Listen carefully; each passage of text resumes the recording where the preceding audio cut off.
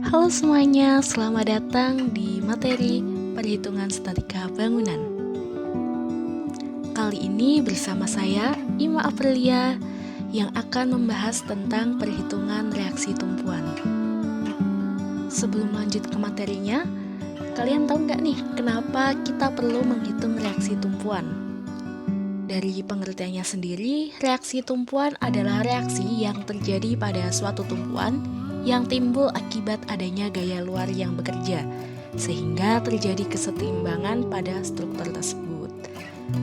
Kondisi setimbang merupakan kondisi di mana bangunan itu tidak bergerak, sehingga struktur dalam keadaan stabil. Selanjutnya, kita akan mengenal jenis-jenis tumpuan yang digunakan dalam perhitungan statika bangunan.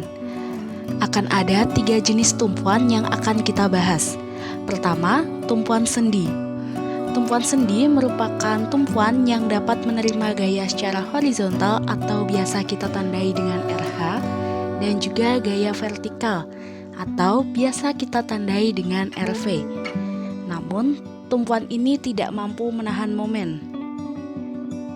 Tumpuan kedua yaitu tumpuan roll. Tumpuan roll merupakan tumpuan yang hanya dapat menahan gaya dalam arah vertikal atau biasa kita tandai dengan RV.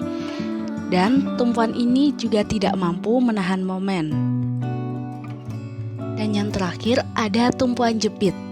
Tumpuan ini merupakan tumpuan yang dapat menahan gaya dari segala arah, baik gaya vertikal, gaya horizontal, serta dapat menahan momen.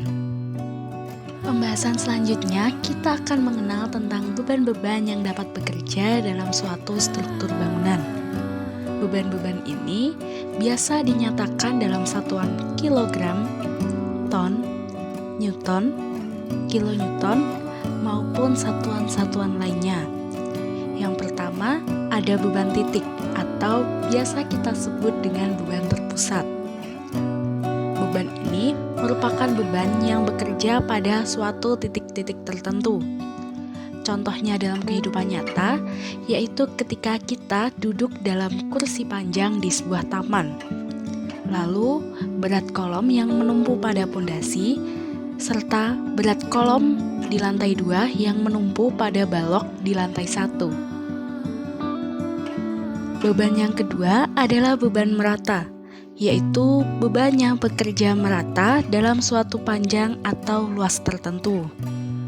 Dalam perhitungan statika bangunan kali ini, kita hanya akan membahas tentang beban merata yang berbentuk persegi panjang.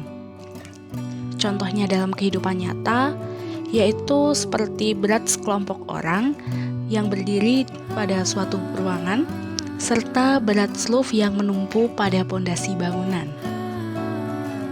Selanjutnya, kita akan masuk ke dalam perhitungan reaksi tumpuan. Sebelum itu, kita harus mengingat kembali syarat-syarat keseimbangan gaya, yaitu sigma gaya horizontal adalah 0, sigma gaya vertikal adalah 0, dan sigma momen adalah 0. Selanjutnya, yaitu rumus perhitungan reaksi tumpuan. Untuk perhitungan reaksi tumpuan ini menggunakan persamaan sigma momen sama dengan 0. Adapun rumus dari momen sendiri yaitu M sama dengan P kali L. M adalah momen, kita di sini menggunakan satuan kilonewton meter. P gaya dengan satuan kilonewton, dan L jarak dengan satuan meter. Untuk perjanjian tanda dalam perhitungan reaksi tumpuan ini yaitu yang pertama, untuk gaya-gaya horizontal. Ketika gaya ke arah kanan, maka bertanda positif. Gaya ke arah kiri bertanda negatif. Untuk gaya-gaya vertikal, ketika gaya ke arah atas, maka ia bertanda positif. Dan ketika gaya ke arah bawah, maka ia bertanda negatif. Begitu juga dengan perjanjian tanda pada momen. Ketika gaya tersebut mengikuti putaran arah jarum jam, maka ia bertanda positif. Dan ketika arah putarannya berlawanan dengan jarum jam, maka ia bertanda negatif. Selanjutnya kita masuk ke contoh perhitungannya. Kita akan mencoba menghitung reaksi tumpuan untuk gaya terpusat. Seperti pada gambar, diketahui terdapat dua jenis tumpuan. Tumpuan A merupakan tumpuan sendi dan tumpuan B merupakan tumpuan roll. Kemudian terdapat satu gaya P dengan besar 2 kN. Jarak A ke P adalah 2,5 meter.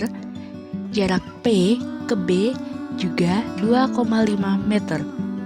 Langkah pertama, kita tentukan terlebih dahulu reaksi gaya apa saja yang bekerja pada masing-masing tumpuan. Karena titik A merupakan tumpuan sendi, maka terdapat dua jenis reaksi gaya, yaitu gaya horizontal atau kita beri tanda RAH, dan juga reaksi vertikal atau kita beri tanda RAV. Kemudian di titik B dikarenakan tumpuan roll, maka ia hanya mempunyai satu gaya, yaitu gaya vertikal atau yang kita beri tanda RBV. Langkah kedua, kita menghitung reaksi arah horizontal di titik A. Untuk rumus persamaannya, kita menggunakan syarat keseimbangan gaya sigma horizontal sama dengan 0. Kemudian karena hanya ada satu reaksi arah horizontal, maka nilai RAH sama dengan 0 kN. Langkah ketiga, kita menghitung reaksi tumpuan arah vertikal.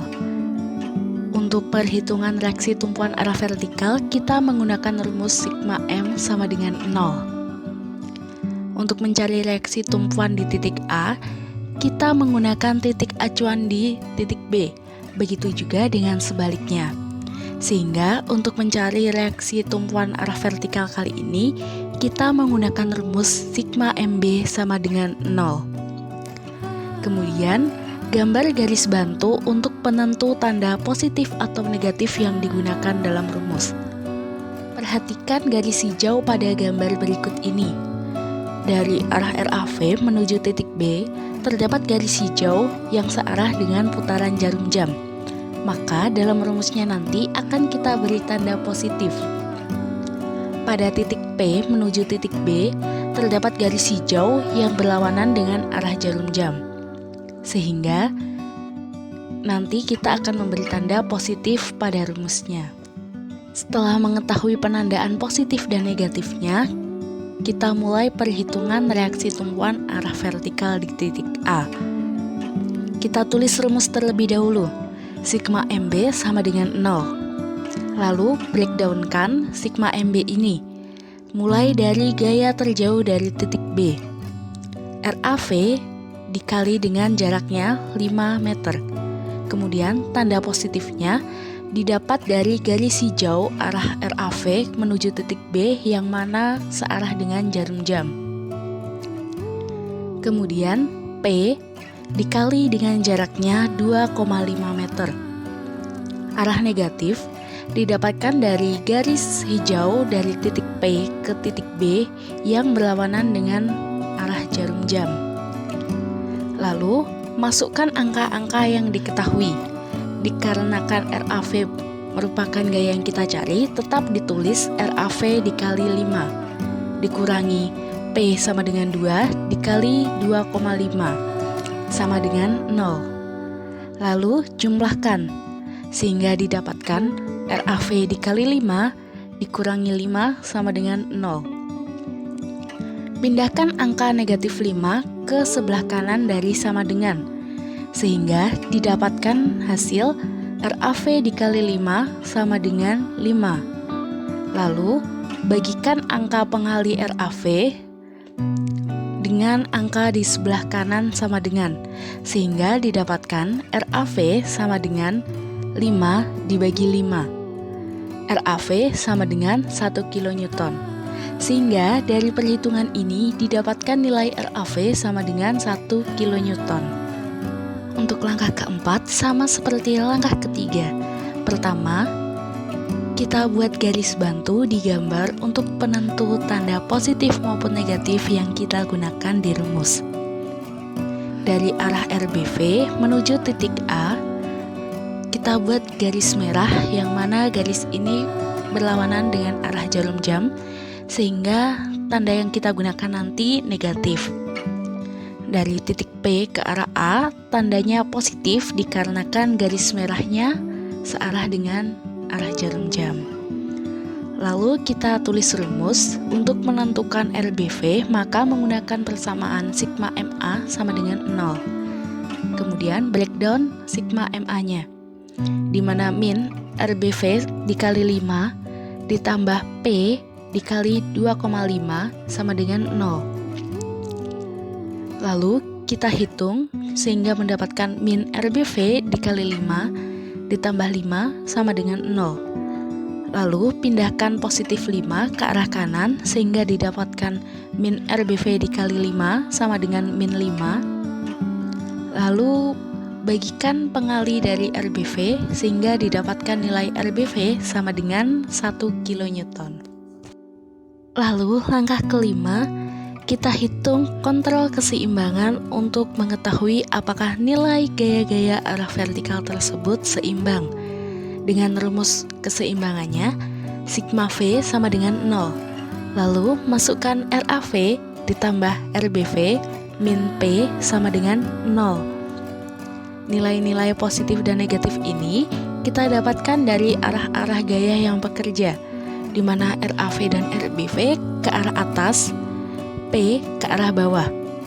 Lalu masukkan angka-angka yang diketahui sehingga didapatkan 1 ditambah 1 dikurang 2 sama dengan 0. 0 sama dengan 0. Kesimpulannya, kontrol keseimbangan untuk gaya-gaya arah vertikal ini memenuhi syarat keseimbangan di mana nilai sigma vertikal sama dengan 0. Jadi, dari perhitungan yang sudah kita lakukan dalam konstruksi balok sederhana dengan beban terpusat tadi, kita dapatkan kesimpulan nilai RAH sama dengan 0, RAV 1 kN, RBV 1 kN. Demikianlah materi perhitungan reaksi tumpuan pada konstruksi balok sederhana dengan beban terpusat. Semoga materi ini bermanfaat bagi kita semua. Terima kasih dan sampai jumpa di materi-materi berikutnya.